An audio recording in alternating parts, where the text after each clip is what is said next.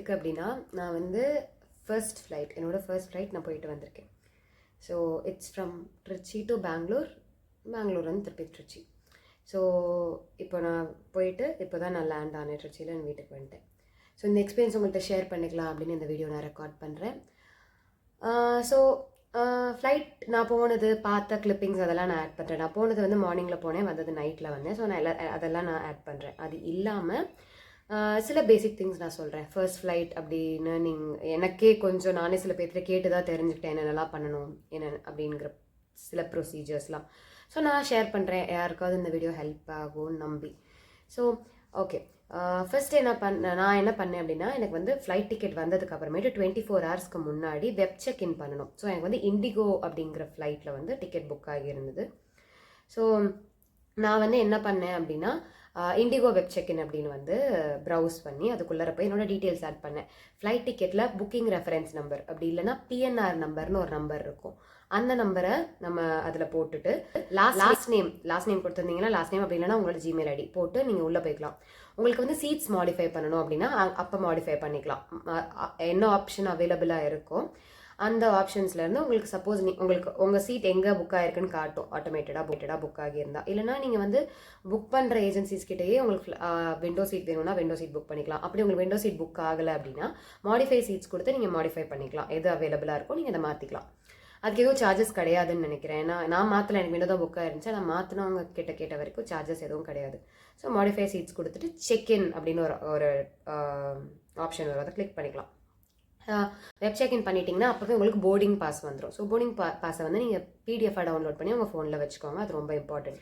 அவ்வளோதான். இது வந்து நீங்கள் ஏர்போர்ட்டுக்கு போகிறதுக்கு முன்னாடி பண்ண வேண்டிய விஷயம். ஏர்போர்ட்டுக்கு போனதுக்கு அப்புறமேட்டு உங்ககிட்ட உங்கள் ஃபோனில் நீங்கள் டவுன்லோட் பண்ணி வச்ச பிடிஎஃப்ல இருக்க போர்டிங் பாஸை ஓப்பன் பண்ணி வச்சுக்கோங்க. அது இல்லாமல் ஆதார் கையில் வச்சுக்கோங்க. என்டர் ஆகும்போது அது தேவை. ஸோ செக்யூரிட்டி வந்து செக் பண்ணுவாங்க உங்கள் ஆதார், உங்கள் ஃபேஸ் அண்ட் அந்த போர்டிங் பாஸில் இருக்க ஒரு QR கோட். அது செக் பண்ணதுக்கப்புறம் நீங்கள் உள்ளே போகலாம். ஸோ டொமஸ்டிக் ஃப்ளைட்டுங்கிறதுனால உங்களோட லக்கேஜ் பேக் வந்து ஒரு 15 kg வரைக்கும் கொண்டு போய்க்கலாம். உங்களோட பேக் வந்து ஒரு 7 kg வரைக்கும் கொண்டு போகலாம். 15 kgக்கு மேலே போச்சுன்னா அடிஷ்னலாக பேமெண்ட் பண்ணணும். ஸோ இதுக்கப்புறம் நம்ம உள்ளே போயிட்டோம்னா சப்போஸ் நம்ம போர்டிங் பாஸ் கையில் எப்பயுமே பிரிண்ட் அவுட் வேணும். நம்ம எல்லா இடத்துலையும் பிடிஎஃப் காட்ட வேணாம், கையில் பிரிண்ட் அவுட் எடுத்து வச்சுக்கிறது சேஃப்டி. ஸோ நீங்கள் ஏர்போர்ட்குள்ளே போனோடனேயே எல்லா ஏர்போர்ட்லேயுமே வந்து ஸ்க்ரீனிங் டச் டேப் மாதிரி ஒரு டேப் இருக்கும், ஒரு 4-5 வச்சுருப்பாங்க ஒரு ரோவில். ஸோ அந்த சைடு போயிட்டு நீங்கள் ஃபஸ்ட்டு உங்களோட போர்டிங் பாஸை வந்து பிரிண்ட் எடுக்குங்க. பிரிண்ட் எடுக்கும்போது லக்கேஜ் பேக்கும் ஒரு டேக் பிரிண்ட் எடுத்துக்கோங்க. உங்களுக்கு அதிலே வரும், உங்களோட டேகை நீங்களே பிரிண்ட் எடுத்துக்கலாம். ஸோ ரெண்டுத்தையும் பிரிண்ட் எடுத்துக்கோங்க. பிரிண்ட் எடுத்து கையில் வச்சுக்கோங்க. லக்கேஜ் டேகை வந்து நீங்கள் எந்த பேக் 15 kg கொண்டு வந்துருக்கீங்களோ அந்த பேக்கில் டேக் பண்ணி, அதாவது ஸ்டிக்கர் மாதிரி இருக்கும், அதை பிச்சு அந்த நம்ம கொண்டு வந்திருக்க பேக்கில் வந்து எங்கேயாவது பேஸ்ட் பண்ணிட்டோ இல்லை ரவுண்டாக அதை டேக் பண்ணிட்டோ நீங்கள் வந்து டைரெக்டாக அந்த நீங்கள் இருக்கிற இடத்துலேருந்து தேடுங்க. உங்களுக்கு வந்து ஒரு ஃப்ளைட் நேம்ஸ்லேயும் கவுண்டர் மாதிரி இருக்கும். ஸோ அங்கே வந்து இண்டிகோன்னு இருக்க கவுண்டர் கிட்ட க்யூ நிற்கும்.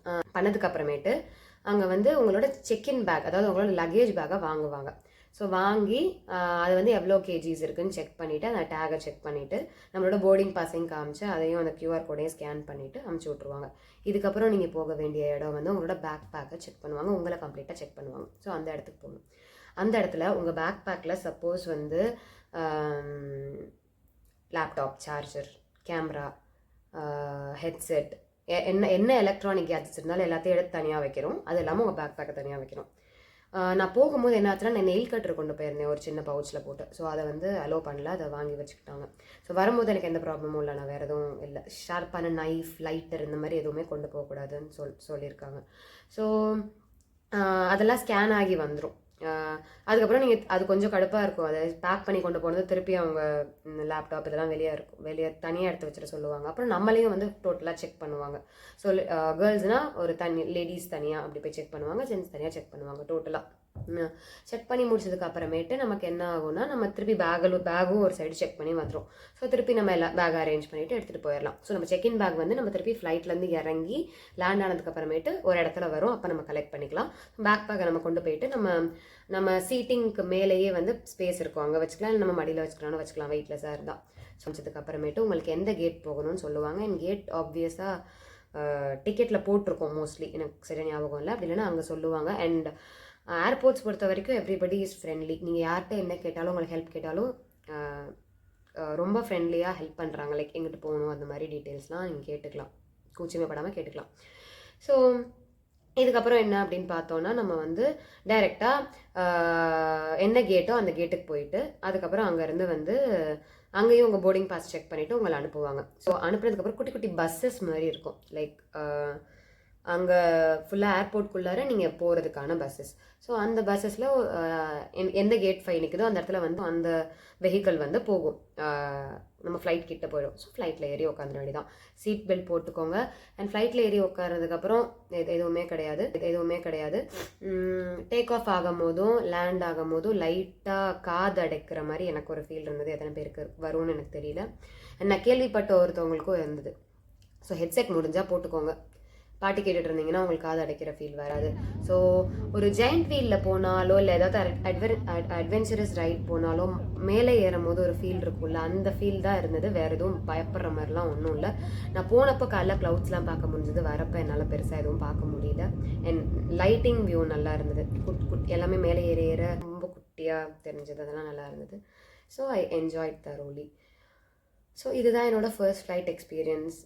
யாராவது ஃபர்ஸ்ட் ஃப்ளைட் நான் என்னோட இந்த ஜேர்னியில் எடுத்த எல்லா ஃபுல் வீடியோஸ், அந்த ஏர்போர்ட் வீடியோஸ் என்னால் எடுக்க முடிஞ்ச அளவுக்கு நான் எடுத்திருக்கேன். ஸோ அது எல்லாத்தையும் நான் இந்த வீடியோவில் அட்டாச் பண்ணுறேன். இந்த வீடியோ பிடிச்சிருந்தா மறக்காமல் நம்ம சேனலை சப்ஸ்கிரைப் பண்ணி லைக் பண்ணி அந்த பெல் ஐக்கானை கிளிக் பண்ணிக்கோங்க. சப்போர்ட் பண்ணுங்கள். அடுத்த வீடியோவில் பார்ப்போம். பாய்.